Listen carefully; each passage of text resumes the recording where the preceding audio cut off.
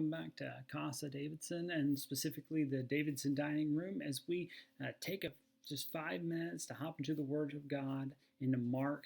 All right, here we go. We are in Mark chapter 2, and we're going to begin in verse 21. Here we read, "No one sews a new patch of unshrunk cloth on old garments, otherwise the patch pulls away from it, the new from the old, and a worse tear results. No one puts new wine into old wineskins. Otherwise, the wine will burst the skins, and the wine is lost in the skins as well.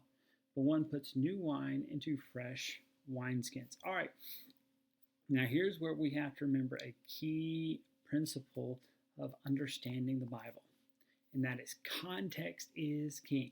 Because if we were just to take those two verses, read them by themselves, we would think that Jesus is just offering us some good practical advice. All right? Well, obviously, we don't use wineskins, and most of us don't patch our clothes anymore. But hey, practical advice here. You want to use pre-shrunk cloth. Don't use unshrunk cloth on pre-shrunk on an already shrunk old garment. Don't put new wine into old wineskins. That just doesn't work. But we got to keep in mind. Remember, he's already been talking to them. The Jewish religious leaders, they're asking him, "How come your disciples don't follow our traditions?" Here we go. And here's where Jesus is bringing it back home. He's saying, you've got this pattern, these traditional patterns that you're working in. But I've got something that's moving in a different direction. And so you can't make those two come together. You've got your traditions that are so ingrained. They're so formal. They're so much in this light that the way I'm moving, you can't just put the two together. These are old. I'm doing something new. And here's what he says. Look, if you do that, they're going to fall apart. They can't hold together. And if you try to put me into your old religious system here, like this new wine and those old wineskins, we're just going to burst. They just can't contain it. And so Jesus is kind of coming straight at the heart of what's going on here.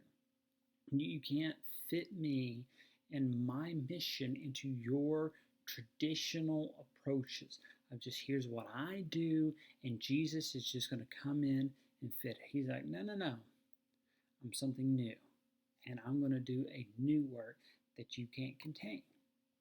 And so, question, what does this tell us about us? What does this tell us about Jesus? Well, it tells us that Jesus is coming to do something that we weren't prepared for. Humanity has our sort of designs, our sort of way of doing things, and Jesus isn't going to fit neatly into our categories, right? He's not going to fit into our way that we always want him to do. He says, no.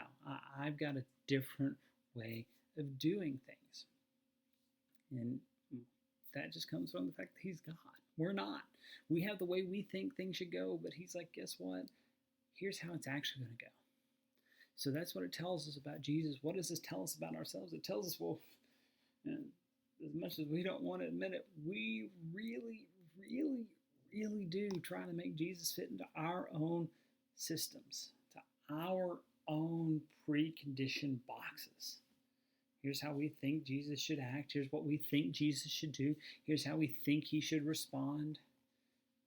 We really try to hem Jesus in on every way that we can, in every way that we can. And he just isn't having it.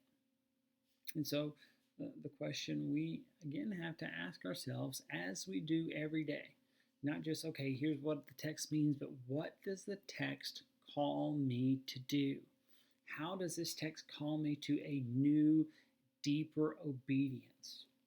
Well, I think, again, like yesterday, because we're still closely tied. This is part of that. It's just Jesus coming at it from a slightly different angle as yesterday. It calls us to really evaluate our traditions. Are we trying to make Jesus fit into our boxes that we think he should fit in, or are we coming at it from a different angle and following him?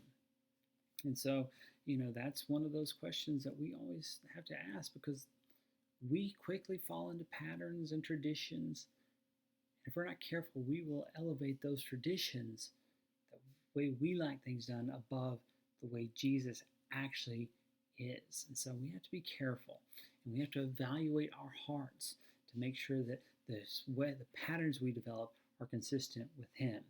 All right, well, guys, that's it. So much more we could dig into there. I encourage you, go back through that passage, both sections, all the way beginning up there in verse 18, and just continuing to work through it. Think about it as a whole. All right, my time's up. Thank you so much. I will be praying for you, and I will see you back here tomorrow at noon.